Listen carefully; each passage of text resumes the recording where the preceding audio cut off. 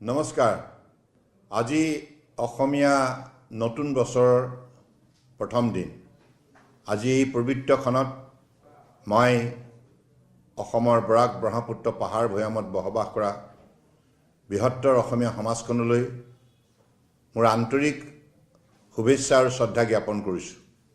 অসমীয়া নতুন বছৰ এই বহাগ বিহুত আমি সকলোৱে ৰং ৰহস্য কৰি আমাৰ হাতামপুৰুষীয়া সামাজিক সাংস্কৃতিক আধ্যাত্মিক পৰম্পৰাৰ মূল্যবোধ আমি অটুট ৰাখোঁ। এই উৎসৱে আমাক প্ৰকৃতিৰ সুন্দৰ বাতাবৰণ প্ৰদান কৰে।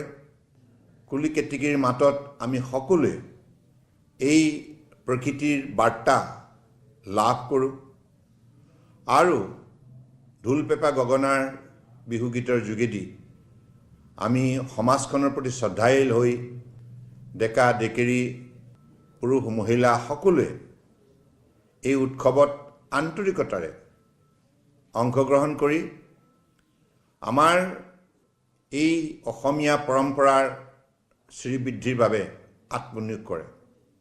গতিকে মই আজি শুভক্ষণত সকলোৰে মংগল কামনা কৰিছোঁ।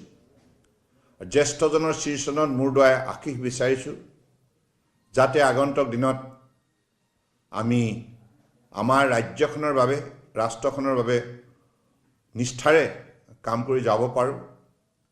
আৰু লগতে এই শুভ মুহূৰ্তত মই ঈশ্বৰৰ ওচৰত প্ৰাৰ্থনা জনাইছোঁ, যাতে আমাৰ অসমীয়া সমাজখন সদায় সৰ্বাংগ সুন্দৰ হৈ থাকক, সুস্থ হৈ থাকক, সবল হৈ থাকক, শক্তিশালী হৈ থাকক আৰু এই বৃহত্তৰ অসমীয়া সমাজখন সকলো সময়তে মিলাপ্ৰীতিৰে আমাৰ মাজত আত্মিক সম্বন্ধ আমি শক্তিশালী ৰূপত গঢ় দিওঁ।